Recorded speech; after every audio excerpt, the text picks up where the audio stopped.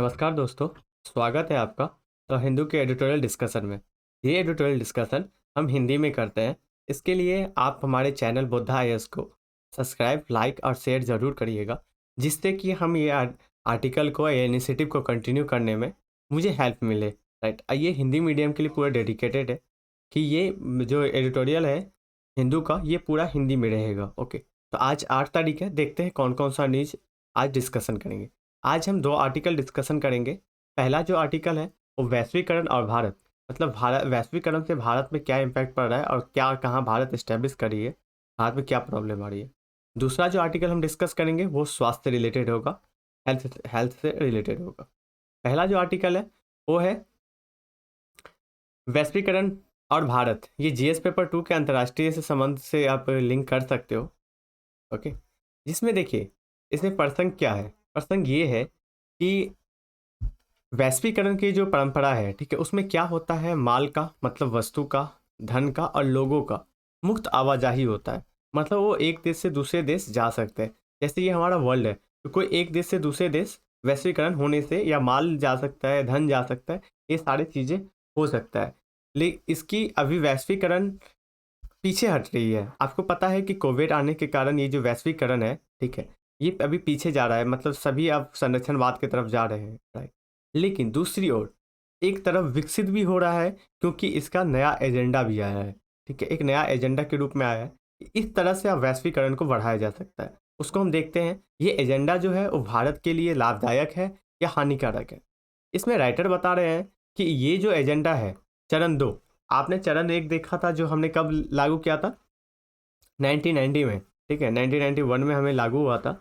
जब हमारे देश में जब हमारे देश में आर्थिक जो मुद्रा भंडार है, विदेशी मुद्रा भंडार, वो उसका शॉर्टेज हो गया था, तो हम आईएमएफ के पास गए थे लोन लेने के लिए। तो आईएमएफ ने हमें बताया कि आपकी जो अर्थव्यवस्था, क्लोज अर्थव्यवस्था है, उसको चालू करना पड़ेगा और आपको एलपीजी रिफॉर्म अपनाना पड़ेगा। उसी समय हमने पहला देखा, उसका बहुत सारे लाभ हुआ था हमारे अर्थव्यवस्था पे।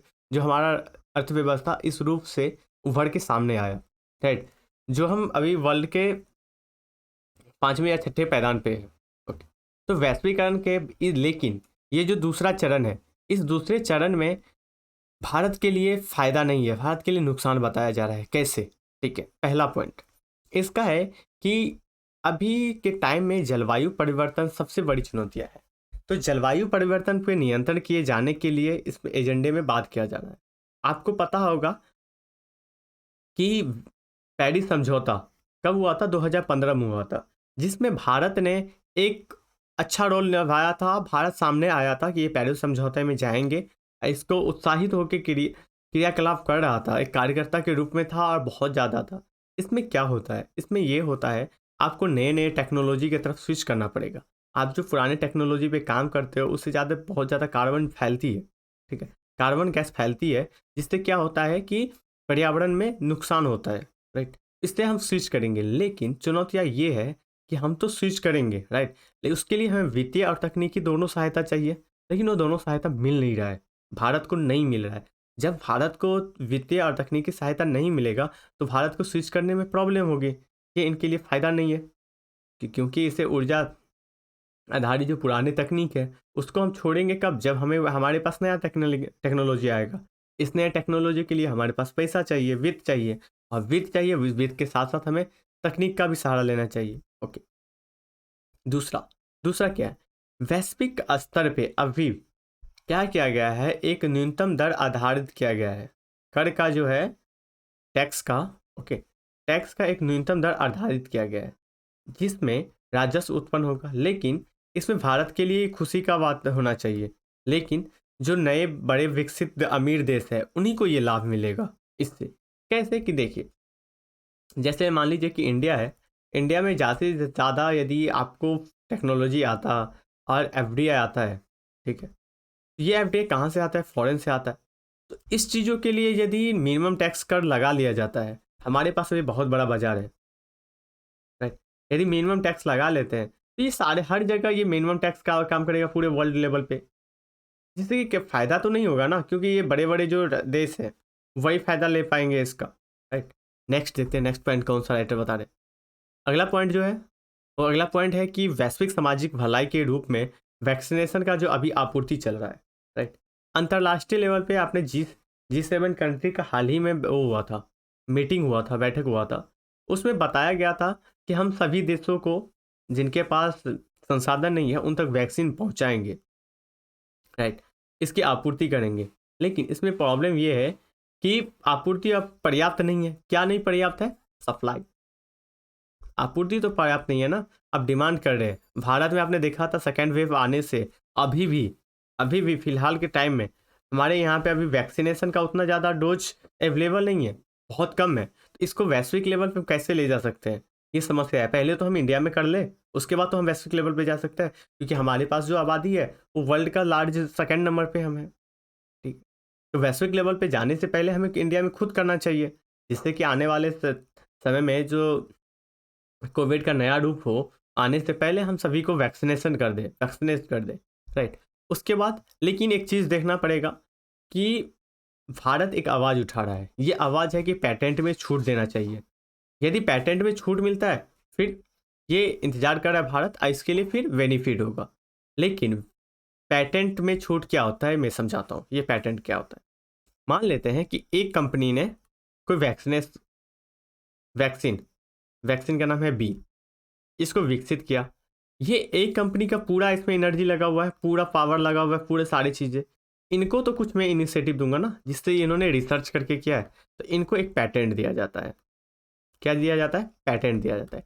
ये पैटेंट क्या होता है कि आपको ही केवल इस वैक्सीन को बनाने का अधिकार है, दूसरी कंपनी वैक्सीन नहीं बना सकती, जिससे कि इनको एक इनिशिएटिव के रूप में मिल पाए। लेकिन अब समझिए कि ये जो एक कंपनी है, एक कंपनी के पास उतना ज़्यादा पावर नहीं है, या उतना ज़्यादा आप बता सकते हो कि कार्यशक्ति नहीं है कि ये जिस रूप से डिमांड है उस रूप से सप्लाई दे पाए, नहीं दे पाते। यदि सप्लाई नहीं दे पाते तो यहाँ तो जनता के हित की बात हो रही है ना, जनता के पास वैक्सीन नहीं पहुँच रहे ना।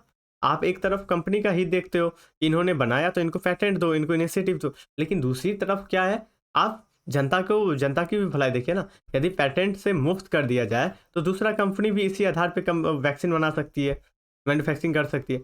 इसी चीज़ के लेके ये चीज़ें चल रही है और आवाज़ उठाया जा रहा है। उसके बाद है नेक्स्ट है कि सोशल मीडिया प्लेटफॉर्म का विकास हो रहा है जिस माध्यम से। लेकिन आपको पता है कि सोशल मीडिया जो हाल ही में चर्चे में आ रहा है, जितने चीज़ें ट्विटर को लेके ये हो, लेकिन भारत जैसे संप्रभु राज्य जिसके आंतरिक सुरक्षा में और हमारे यहाँ पे बहुत सारी विविधता है, ठीक है, विविधता होने के कारण ये एक चुनौतियाँ के रूप में, आंतरिक चुनौतियाँ के रूप में सामने आई है। तो ये हमारे लिए लाभ नहीं है, फायदा नहीं है, राइट। नेक्स्ट है कि वैश्विक व्यापार के लिए एक वैश्विक नियम बनाना चाहिए, ठीक है। ठीक है, नियम तो बनाया जाएगा, लेकिन ये जो शक्तिशाली निरंकुश राज्य है, जो चाइना हो गया, रूस हो गया, तुर्की हो गया, क्या ये मानने के लिए तैयार होंगे? नहीं होंगे। ये एक चुनौतियाँ है, कठिन चुनौतियाँ है कि इनसे कैसे मनवाया जाएगा। आप वैश्विक लेवल पे तो एक नियम बना दोगे, लेकिन इसको ये मानने के लिए तैयार होंगे? नहीं होंगे। नेक्स्ट, कंक्लूजन क्या होता है ज़्यादा राइटर के द्वारा कंक्लूजन क्या किया जाता है कि पुराना जो वैश्वीकरण था वो भारत के लिए बहुत ही अच्छा रहा था, ठीक है। लेकिन जो नया वैश्वीकरण है ये अच्छाई के साथ साथ बुराई भी है, ये इनका दोनों का मिश्रण है। तो इसके लिए भारत को एक इनिशिएटिव लेना चाहिए, भारत को आना चाहिए और इसकी लाभ के लिए इनका जो बुराई है उन पे काम करना चाहिए, ठीक है। तो हमने पूरा आर्टिकल डिस्कस किया वैश्वीकरण में भारत का क्या प्रभाव पड़ता है भारत का, ठीक। अगला आर्टिकल देखते हैं कौन सा है। नेक्स्ट आर्टिकल जो है वो है स्वास्थ्य से रिलेटेड। जी आप जीएस पेपर 2 के स्वास्थ्य हेल्थ जो है, हेल्थ इशू, उससे आप रिलेट कर सकते हो। इसमें एक संदर्भ क्या है, क्या बात की जा रही है, इसमें क्या जा रहा है कि प्रत्येक वर्ष भारत में 1 जुलाई को राष्ट्रीय चिकित्सा दिवस मनाया जाता है, ठीक है, जिसमें जो भारत रत्न मिला था विधान चंद्र राय को, ठीक है, उनके सम्मान के लिए ये मनाया जाता है। ओके, तो उसी के लिए है। तो ये क्या था, इन्होंने क्या किया था कि 1950 और 60 के दशक में शुरुआती में इन्होंने प्राथमिक क्षेत्र में बहुत ज़्यादा अपना योगदान और सेवा दिया था, जिससे कि हमारा प्राथमिक क्षेत्र में एक मजबूती से उभर के आया था 50 और 60 के दशक में। इसमें कमियां की बात की जाए, स्वास्थ्य क्षेत्र में जनशक्ति की कमियां, ठीक है, जनशक्ति मतलब मैन पावर क्या है। आप देखोगे कि सामुदायिक जो स्वास्थ्य केंद्र है, ठीक है, जिसमें विशेषज्ञ डॉक्टर, ठीक है, की कमियां चल रही है, आवश्यक तुलना के मामले में बहुत तुलना में कम है।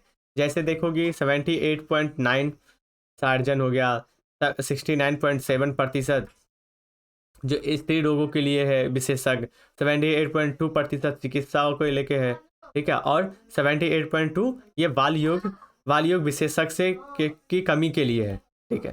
प्राथमिक स्वास्थ्य, आप प्राथमिक स्वास्थ्य में देखोगे तो डॉक्टर 2020 में, ओके, इनकी जो स्वीकृति है, उनके पदों में 24% रिक्त है, मतलब 24% खाली जगह है, ठीक है, जिनकी भरपाई अभी तक नहीं हो पाई है।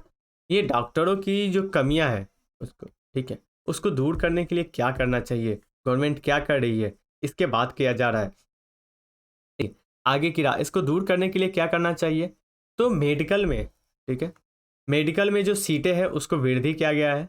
जैसे 2014 से लेकर 20 के बीच में एमबीबीएस के और पीजी की जो सीट है उसमें वृद्धि 78%, 48% और 48% और 79% की वृद्धि की गई है, ठीक है। ये आगे आने वाले समय में इसको और ज़्यादा करना चाहिए, ठीक है, और इसको इफेक्टिव रूप से इसमें बढ़ोतरी होनी चाहिए।